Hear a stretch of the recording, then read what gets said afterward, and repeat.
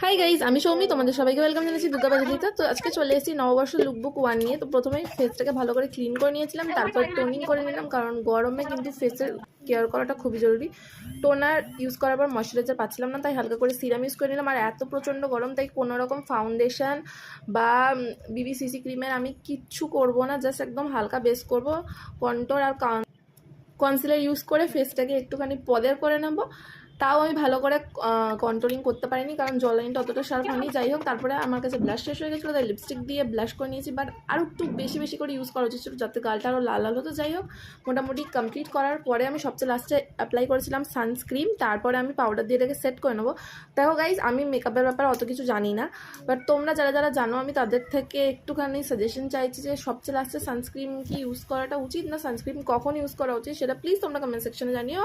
আর দেন আমি রেডি হয়ে গেছি। আমার পুরো লুকটা কেমন লাগলো নববর্ষের জন্য